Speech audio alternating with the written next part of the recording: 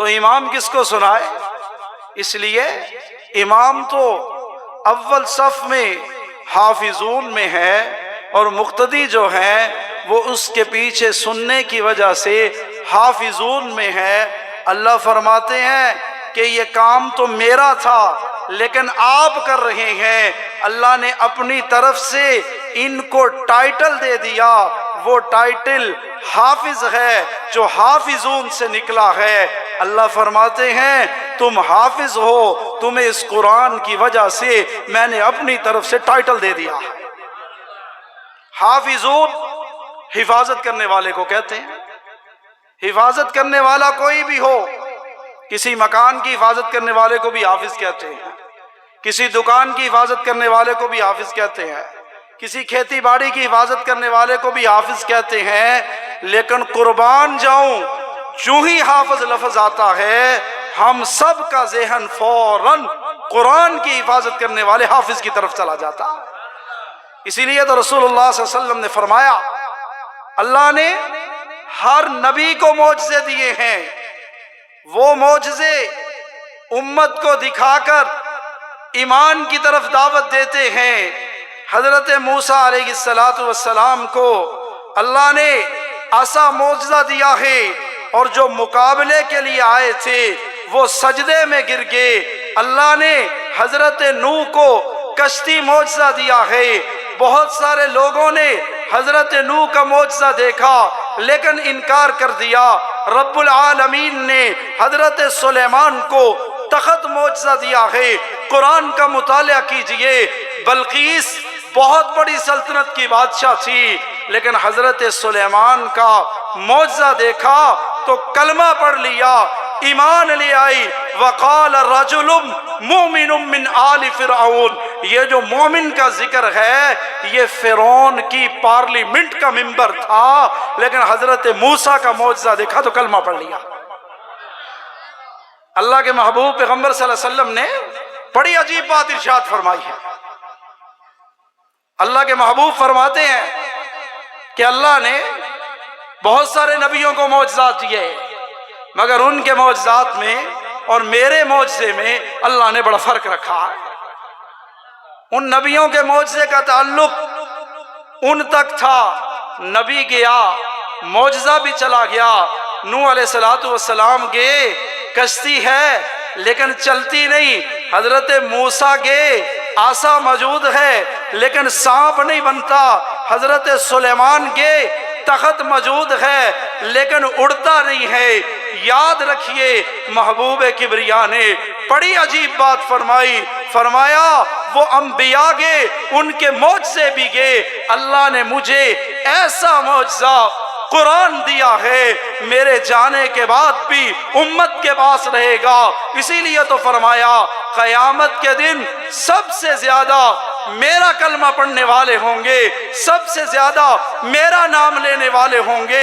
یہی وجہ لکھی ہے کہ باقی انبیاء گئے معجزے بھی چلے گئے، باقی انبیاء گئے معجزہ کام نہیں کر رہا، اللہ نے مجھے قرآن معجزہ دیا میرے جانے کے بعد امت میں موجود ہے اور اس معجزے کو دیکھ کے کلمہ پڑھتے رہیں گے اور ایمان والوں میں اضافہ ہوتا رہے گا۔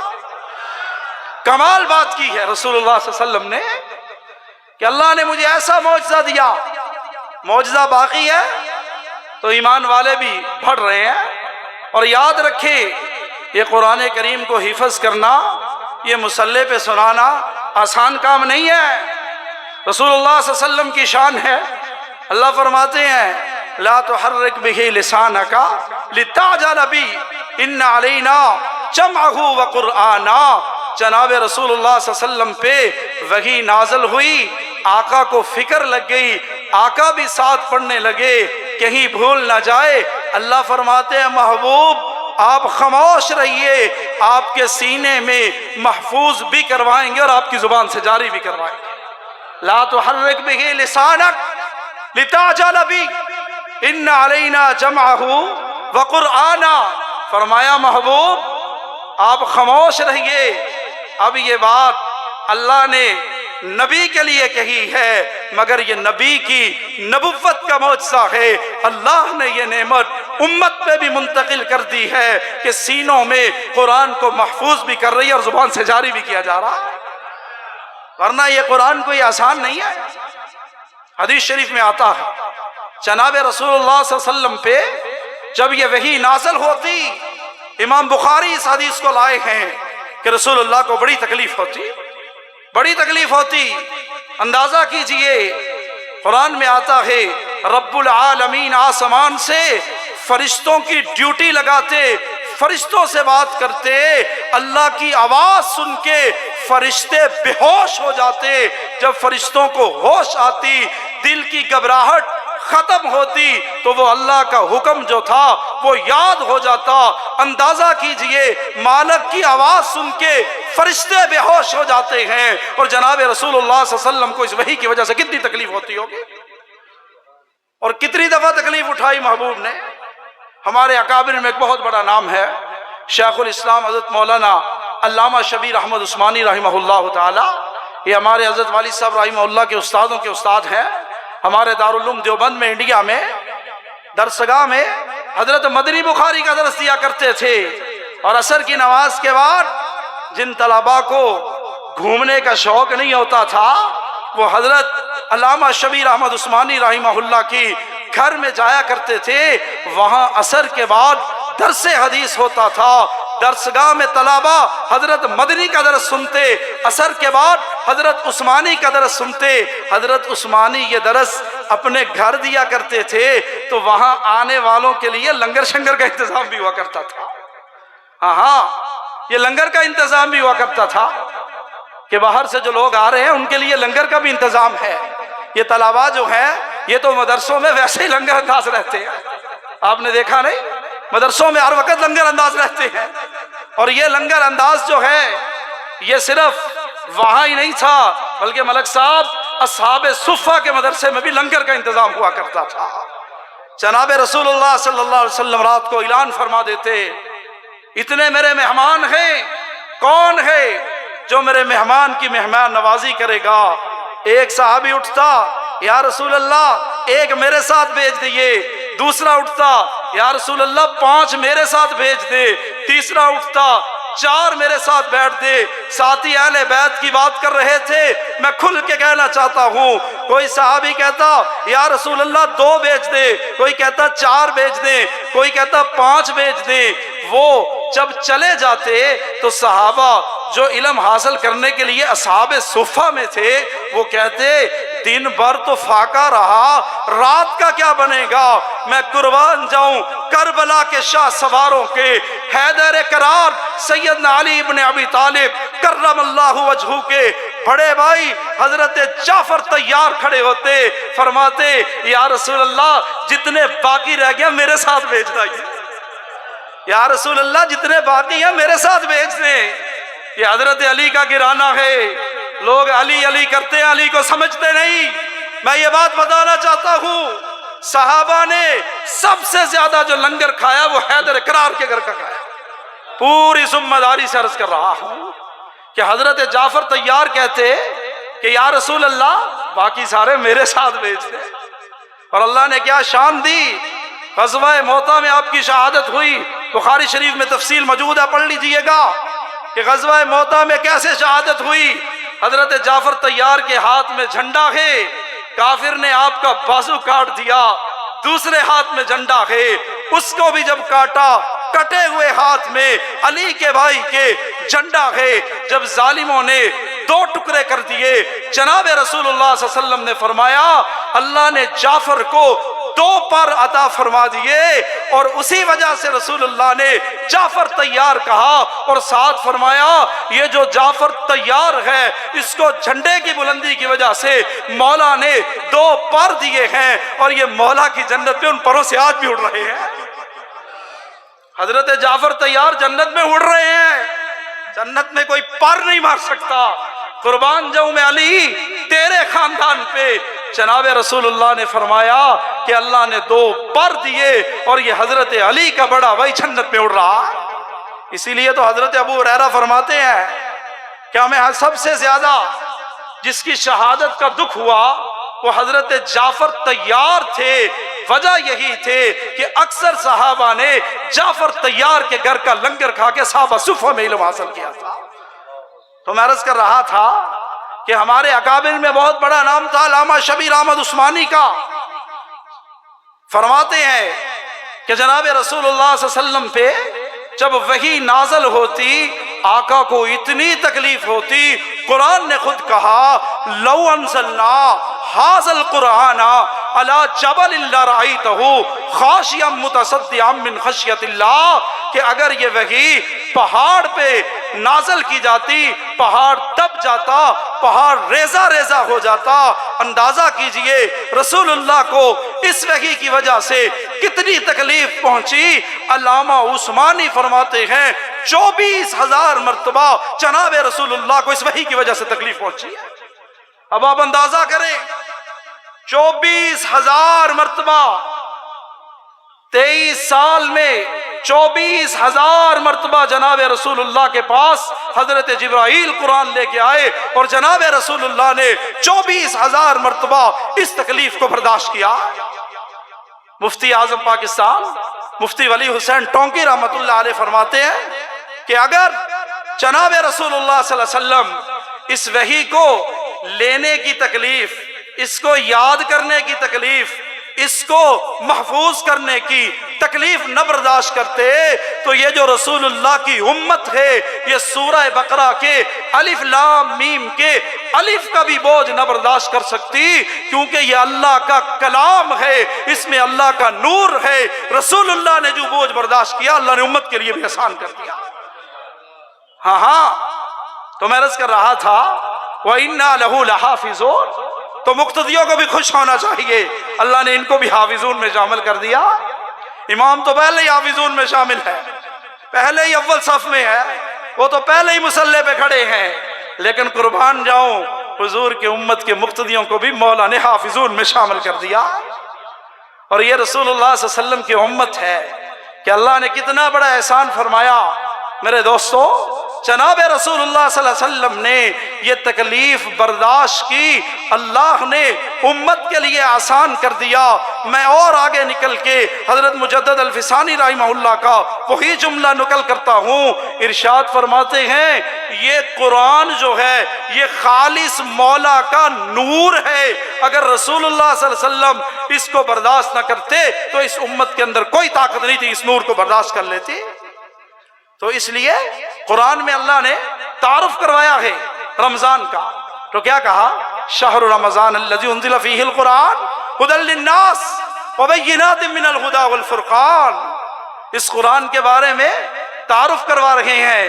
اللہ رب العالمین قرآن میں فرما رہے ہیں کہ ہم نے رمضان میں قرآن کو نازل کیا، اور ساتھ یہ بھی فرما دیا فمن شاہد منکم الشہر فلیصم، اگر اس کو پالو تو روزے بھی رکھنے ہیں۔ اگر اللہ چاہتا روزے کسی اور مہینے میں دیتا، قرآن اور مہینے میں دیتا، اللہ نے قرآن کی وجہ سے رمضان کو عزت دی ہے۔ اور یاد رکھیں اس قرآن کی وجہ سے رمضان کو شان ملی، اس قرآن کی وجہ سے حامل قرآن کو عزت ملی۔ وجہ یہی ہے کہ یہ مولا کا کلام تھا، یہ اللہ کی طرف سے نازل ہوا تھا، اور اس کلام کا جو دور ہے وہ جناب نبی کریم صلی اللہ علیہ وسلم بھی رمضان المبارک میں حضرت جبرائیل کے ساتھ فرمایا کرتے تھے دور بھی رمضان میں ہوتا۔ اور ملک صاحب فرشتوں میں صرف ایک حافظ ہے حضرت جبرائیل، یوں ہی نہیں کہہ دیا۔ فرشتے کیا کہتے ہیں؟ اللہ ہم تیری تسبیح کے لیے کافی ہیں، تیری تعریف کے لیے کافی ہیں، تجھے سجدہ کرنے کے لیے کافی ہیں۔ اللہ فرماتے ہیں ہے تو کافی لیکن تم چل نہیں سکتے، وجہ یہ ہے کہ تم قرآن کا بوجھ نہیں اٹھا سکتے۔ حضرت جبرائیل کے علاوہ کوئی فرشتہ حافظ نہیں حفظ کرنے کی اللہ نے ان میں وہ طاقت ہی نہیں رکھی، اور رسول اللہ کی امت میں حافظوں کا شمار ہی کوئی نہیں ہے۔ ہاں حضرت جبرائیل صرف ایک حافظ ہے، یہاں ہر گھر میں ہر خاندان میں قرآن کا حافظ ہے۔ وجہ کیا ہے؟ جب فرشتوں نے کہا تو اللہ کہتے ہیں ٹھیک ہے کہ تمہاری بڑی شان ہے، تم عبادت کرتے ہو، لیکن تم بوجھ نہیں اٹھا سکتے، بوجھ یہی اٹھائے گا جو مٹی کا بنایا ہوا ہے، یہ قرآن کا بوجھ اٹھائے گا۔ اور اسی لیے تو ایک شاعر غالب نے کہا کہ کعبہ کس منہ سے جاؤ گے غالب، مگر شرم تجھ کو آتی نہیں۔ کسی اللہ والے نے کہا غالب کو کیا پتا، غالب کو کیا علم، اللہ کی رحمت کتنی ہے، اللہ کا فضل کتنا ہے۔ فرمایا اسی منہ سے جاؤں گا، رو رو کے ان کو مناؤں گا، اسی منہ سے جاؤں گا اور رو رو کے ان کو مناؤں گا۔ یاد رکھے کہ حضرت عمر ابن خطاب کے پوتے عاصم بیٹھے ہیں، بیت اللہ میں بیٹھے ہیں، مفتی اعظم ہے عرب کے، وہاں بیٹھے ہیں۔ ایک بادشاہ آیا، پروٹوکول بتا رہا ہے یہ بادشاہ ہے، عبد المالک بن مروان تھا غالباً اس کا نام، اور وہ کیا کہتا ہے، حضرت ہم سے کوئی خدمت لے لیجئے، اب تو حج شروع نہیں ہوا، پھر حج شروع ہو جائے گا۔ کیا فرمایا؟ حضرت عمر کے پوتے چلال میں آگے فرماتے ہیں تمہیں شرم نہیں آتی، کس در پہ بیٹھا ہے، یہاں تو تو بھی منگتا ہے میں بھی منگتا ہوں۔ فوراً ہاتھ باندھ لیا، حضرت معافی دے دیجئے۔ حضرت عمر کے پوتے باہر نکلے، یہی بادشاہ پیچھے دوڑ کے کہتا ہے حضرت اب تو آپ اللہ کے گھر بیت اللہ میں نہیں ہے، اب تو خدمت لے لیجئے۔ فرمایا کس خدمت کی بات کرتے ہو، دین کی خدمت کرو گے یا دنیا کی؟ وہ کہتا ہے دین تو آپ سے سیکھیں گے، آپ سے پوچھیں گے، ہمیں خدمت کا کیا پتا، دنیا کی خدمت کرنا چاہتے ہیں۔ وجد میں آ کے فرمایا دنیا تو کبھی ہم نے بنانے والے سے نہیں مانگی، تجھ سے کیسے مانگ لیں؟ اسی منہ سے کعبے جاؤں گا، رو رو کے ان کو مناؤں گا، اپنی عزت کو خاک میں ملاؤں گا، یوں ہی اپنی بگڑی بناؤں گا، یوں ہی اپنی بگڑی بناؤں گا۔ ایک بہت بڑا نام تھا ہمارے اکابر میں، وہ ایک جملہ کہا کرتے تھے، فرماتے ہیں مولانا ادریس کاندھری رحمت اللہ علیہ، کہتے شیطان کو نہیں پتا تھا یہ اتنے خطرناک ہیں کہ اگر ان سے کوئی جرم انسان سے ہو جائے یہ مولا کے سامنے لیٹ جاتے ہیں، مولا معاف کر دیتا ہے۔ حضرت آدم نے کہا ربنا ظلمنا انفسنا، اللہ ظلم ہو گیا معاف کر دیجئے۔ اللہ فرماتے ہیں صرف تجھے ہی نہیں جو تیرے رستے پہ چلے گا اس کے لیے بھی معافی ہے۔ اسی لیے تو ہم آدمی کہلاتے ہیں کہ آدم کے رستے پہ چلنے والا، اگر غلطی ہو جائے، خطا ہو جائے، لاملیٹ ہو جائے کہ مولا مجھے معاف کر دیجئے، مولا میرے حال پہ رحم کر دیجئے۔ اسی لیے تو فرمایا اسی منہ سے کعبے جاؤں گا، رو رو کے ان کو مناؤں گا، عزت اپنی کو خاک میں ملاؤں گا، یوں ہی اپنی بگڑی بناؤں گا۔ تو اس لیے فرمایا کہ یہ امت ایسی ہے، تو میں عرض کر رہا تھا کہ اس کو منانا کیسے ہے۔ اللہ کا احسان دیکھیے، دن کو روزہ دے دیا، فرشتہ بنا دیا ہے۔ فرشتے کھاتے تھوڑی ہیں، فرشتے پیتے تھوڑی ہیں، فرشتہ بنا دیا۔ اور فرشتہ بنانے کے بعد اب اللہ کہتے ہیں تیرے اندر تقوی آ گیا، تیرے اندر بڑی طاقت آ گئی ہے، اب کیا ڈیوٹی ہے؟ ارشاد فرمایا رات کو قیام کرنا ہے، رات کو قرآن سننا ہے۔ یاد رکھیں حدیث میں آتا ہے دو سفارشی جائیں گے، ایک روزہ جائے گا کہ مولا مولا اس نے میری محبت میں تیرے لیے من صام رمضان ایمانا واحتسابا غفر له ما تقدم من ذنبی، مولا اس نے کھانے پینے سے اپنے آپ کو روکے رکھا۔ دوسرا سفارشی قرآن ہوگا، مولا اس نے اپنے آپ کو سونے سے میرے لیے روکے رکھا۔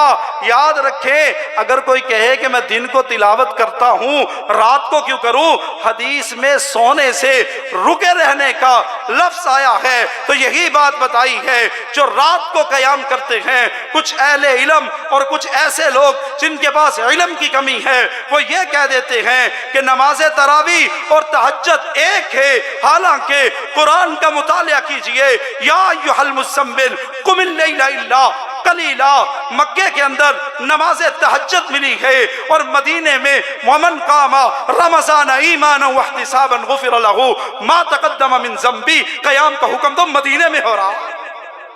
اس لیے نماز تراویح الگ ہے اور نماز تہجد بولو وہ مکے میں ہے، یہ مدینے میں ہے۔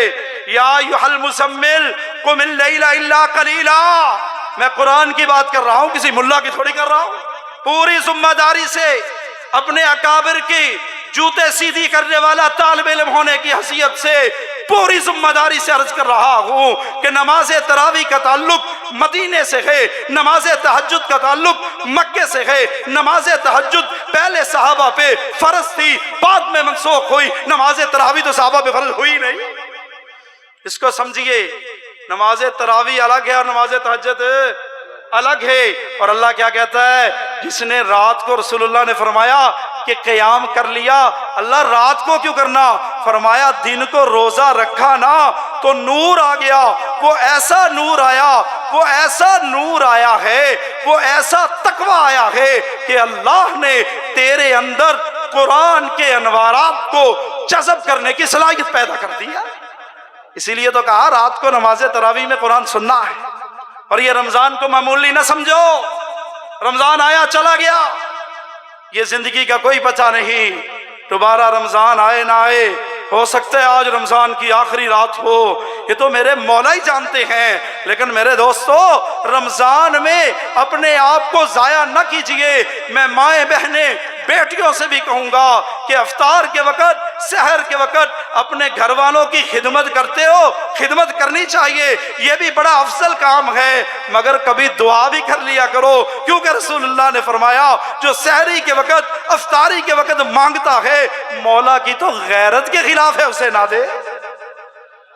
تو میں عرض کر رہا تھا کہ دن کو، شاہ صاحب دن کو روزہ رکھا، فرشتہ بنا اور اندر آ گیا تقویٰ۔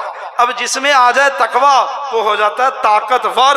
میں تو اللہ کا شکر ادا کرتا ہوں کہ ہم صبح کے بعد شام کو جب کھاتے ہیں اتنا کچھ کھا لیتے ہیں، اگر نماز تراویح نہ ہوتی ہمارا بنتا کیا؟ نماز تراویح کے بعد پھر کہتا ہے بھئی ہے کچھ کھان لی تو لے آؤ، ابھی تو افطاری کے وقت کھایا تھا، لیکن نماز تراویح کی تو پھر کہتا لے آؤ بھائی لے آؤ، کچھ کھانے کے لیے ہے۔ تو یاد رکھیں میرے دوستو، روزہ رکھنے سے تقویٰ آتا ہے۔ آپ تاریخ کا مطالعہ کیجئے، ہر دور میں صحابہ کو، نبی کے یاروں کو، نبی کے دلداروں کو، چاند نثاروں کو، حضور کی اہل بیت کو ذبح کیا ہے۔ صحابہ اکرام نے کھولتے ہوئے کڑاہوں میں یوں ہی نہیں کہا ہمیں ڈال دو، ہم نے رسول اللہ کا دامن نہیں چھوڑنا۔ وجہ یہی تھا، اس دل کے اندر میرے شیخ فرمایا کرتے تھے تقویٰ جو آ گیا، پھر رات کو نماز تراویح پڑھی تو خالص مولا کا نور ہے قرآن میں سینے میں، جب خالص نور آیا تو طاقت آ گئی۔ وہ طاقت تھی جس نے میدان کربلا میں حضرت حسین سے کہلوایا او یزید میرے ٹکڑے کر دے، مگر رسول اللہ کا دامن نہیں چھوڑ سکتا۔ اہل بیت کا نعرہ لگاؤ۔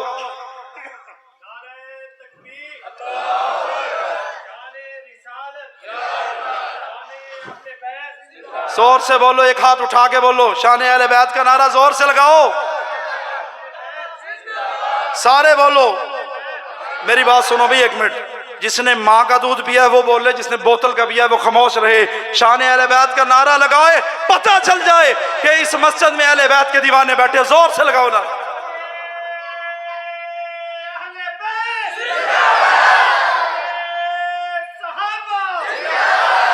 اہل بیت نے واہ حسین واہ حسین واہ حسین واہ حسین زندہ ہو۔ جب تک یاد رکھو، جب اندر تقویٰ ہو نا شاہ صاحب، پھر فوجیں نہیں لڑتی، اور پھر یزید کی ذریت سے لڑتا وہی ہے جس نے رمضان میں روزے رکھے ہوں، جس نے رات میں نانا کے کہنے پہ قرآن سنایا ہو، اور جس کے سینے میں رب کی طرف سے نور آ جائے، پھر وہ چاند تو دے دیتے ہیں مگر نانے کا دین نہیں چھوڑتے۔ اور یاد رکھیں یہ قرآن کا ایسا نور ہے، حضرت لاہوری رحمت اللہ علیہ کا چھوٹا بھائی ذکر کر رہا تھا، وہ فرمایا کرتے تھے جس کے سینے میں قرآن کا نور آ جائے وہ سینہ کٹ تو جاتا ہے مگر دین کو نہیں چھوڑتا۔ ہاں یہ بچے کی عمر دیکھو، قرآن سینے میں محفوظ کیا ہے کہ نہیں؟ لا تحرک بہ لسانک لتعجل بہ ان علینا جمعہ قرآن۔ اللہ نے کہا تو نبی کے لیے تھا، لیکن اس بچے کو رسول اللہ کا کلمہ پڑھنے کی وجہ سے اللہ نے یہ نعمت دی، اس کے سینے میں محفوظ بھی کر دیا، زبان سے جاری بھی کر دیا۔ تو جب اس کے سینے میں اتنا نور ہے تو جس نے دودھ ہی بی بی فاطمہ کا پیا ہے، بتاؤ جس نے دودھ ہی بی بی فاطمہ کا پیا ہے، جس نے لعاب رسول اللہ کا چوسا ہے، جو کھیلا ہی حضرت علی کی گود میں ہے، اور وہ جس کے بارے میں رسول اللہ نے فرمایا جس نے حسین کے ساتھ محبت کی اس نے مجھے محمد رسول اللہ سے محبت کی۔ آخری دو باتیں کہہ کے معروضات کو ختم کرتا ہوں۔ کیوں فرمایا کہ حضرت حسین ابن علی کے اندر جو تقویت تھی، حضرت علی کے بڑے بھائی جو اصحاب صفہ کے طلبہ کو کھانا کھلاتے تھے، جب تایا ان طلبہ کو کھانا کھلائے بتیجے میں تو اثر آنا تھا۔ یہ وہی اثر ہے میرے دوستو کہ آج بھی جو حسین کو ماننے والے ہیں وہ بکتے بھی نہیں ہیں، جھکتے بھی نہیں ہیں، کٹ جاتے ہیں، اور کیا کہتے ہیں کہ ہم نے حسین ابن علی کا نام لیا ہے، ہم حسینی ہیں، لہذا ہم قرآن کو چھوڑ نہیں سکتے، اور اس قرآن کی تو زبر زیر بھی کوئی نہیں بدل سکتا۔ وجہ کیا ہے؟ وجہ یہی ہے وَإِنَّا لَهُ لَحَافِظُونَ، اللہ نے حافظون میں مقتدیوں کو بھی شامل کیا، امام کو بھی شامل کیا۔ جب ان مقتدیوں کی اتنی شان ہے، رسول اللہ کی مقتدیوں میں کتنی شان ہوگی؟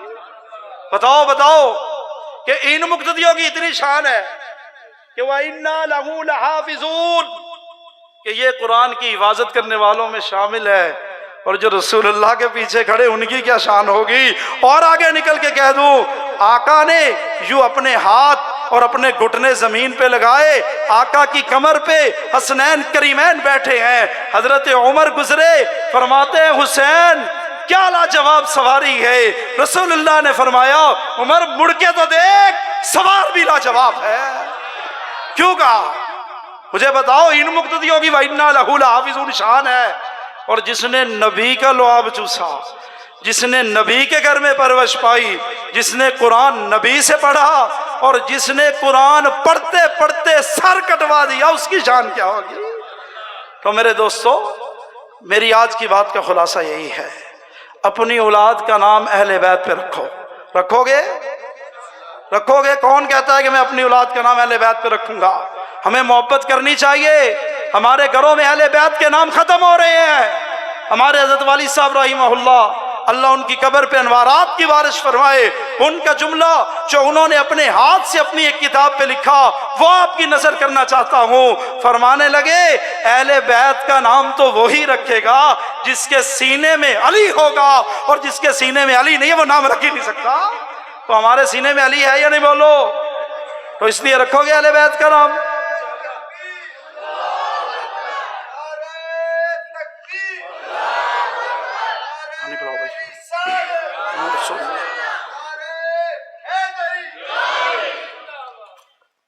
کوئی نہیں لگانے دو، سب کے لگانے دو، ہم تو سب کے ہیں۔ میں تو اکثر کہا کرتا ہوں ہمارے دروازے تو سب کے لیے کھلے ہیں۔ وجہ کیا ہے؟ میرے شیخ فرمایا کرتے تھے ہم تو بیٹھے ہی سب کے لیے ہیں، تو اس لیے جو نعرہ لگائے ہم بھی اس کے ساتھ ہیں۔ تو میں عرض کر رہا تھا ہمارے سینوں میں تو علی ہے، تو اس لیے اپنی اولاد کا نام اہل بیت کے نام پہ رکھا کرو تاکہ پتہ چل جاوے اے بھی حسینیاں۔ بولو پتہ چل جاوے اے بھی، اور حسینی ہندہ ہی ہو جنہیں سینے قرآن ہندہ۔ میں اور آگے نکل کے بڑی بات کر گیا ہوں، سمجھنے والے سمجھیں گے، پہنچنے والے پہنچیں گے۔ میں کس کو کہاں کیا کہنے کا سب جا رہا ہوں کہ حسینی ہوتا ہی وہ ہے جس کے سینے میں قرآن ہوتا ہے، جس کے سینے میں قرآن نہیں وہ حسینی نہیں ہو سکتا۔ تو اس لیے اپنی اولاد کو قرآن پڑھاؤ گے؟ ہاتھ کھڑا کرو، قرآن پڑھاؤ گے؟ حضرت حسین نے جان دی ہے اس قرآن کے لیے، تو تم اس قرآن کے لیے اپنے بچوں کو وقف نہیں کر سکتے؟ اس لیے کرو گے؟ یہ درسگاہیں کھلی ہیں، میں یہ نہیں کہتا ادھر لگاؤ ادھر لگاؤ، جہاں تیرا جی مانتا وہاں لگا، بس قرآن پڑھا۔ تو تیرا کام ہے بس قرآن پڑھانا، جدھر تیرا دل مانے وہی پڑھا، بس قرآن پڑھا کے زمانے کو بتا دے کربلا والے کا ماننے والا ہوں، انہوں نے گردن کٹائی قرآن پڑھتے پڑھتے، میں اولاد سپاہ کروا لوں گا مگر قرآن نہیں چھوڑوں گا۔ تو اس لیے قرآن پڑھاؤ گے؟ حسینی بولے، دوسرے سے نہیں کہہ رہا۔ کون کہتا ہے میں اپنے بچوں کو قرآن پڑھاؤں گا؟ جہاں جی چاہتا ہے، ادھر بھی مدرسہ ہے ادھر بھی مدرسہ ہے ادھر بھی مدرسہ ہے، جہاں جی چاہتا ہے وہاں پڑھاؤ، بس قرآن جو پڑھانا۔ قرآن تو سب کا یہ کہنا، میرے شیخ فرمایا کرتے تھے قرآن میں تو کوئی اختلاف نہیں۔ آج امت کو کاٹ دیا گیا ہے، یہ اس کو نہیں مانتا، یہ اس کو نہیں مانتا، یہ اس میں سے ہے، وہ اس میں سے ہے۔ وہی جملہ کہوں گا جو لاہور کی سرزمین پہ میرے دادا شیخ سید نفیس شاہ صاحب فرمایا کرتے تھے، فرماتے تھے ہمارا گریبان کھول کے دیکھیے، ہم سب کے ساتھ ہیں اور سب ہمارے ساتھ ہیں، ہم سب کے ساتھ ہیں اور سب۔ اس لیے ہم نہیں کہتے اس کے پیچھے نہیں ہوتی، اس کے پیچھے نہیں ہوتی، ہم وہی بات کہتے ہیں جو والد صاحب فرمایا کرتے ہیں، پڑھ صحیح جدے پیچھے بھی پڑھنی، پڑھ تو صحیح، بات تو پڑھنے کی ہو رہی ہے نا، ہم تو اس بات میں پڑھتے ہی نہیں ہیں۔ تو اس لیے مسجدوں کو آباد کرو گے۔ رمضان شریف کے اندر میں سلام پھیر کے پیچھے دیکھتا تھا، لوگ ہی لوگ ہوتے تھے، کس لیے کہ دیوانے آئے ہیں، کس لیے دیوانے آئے ہیں، رمضان آیا ہے، اسی لیے تو خواجہ صاحب فرمایا کرتے تھے کون کہتا ہے اللہ نظر نہیں آتا، دیوانوں کو تو اللہ کے سوا کچھ بھی نظر نہیں آتا۔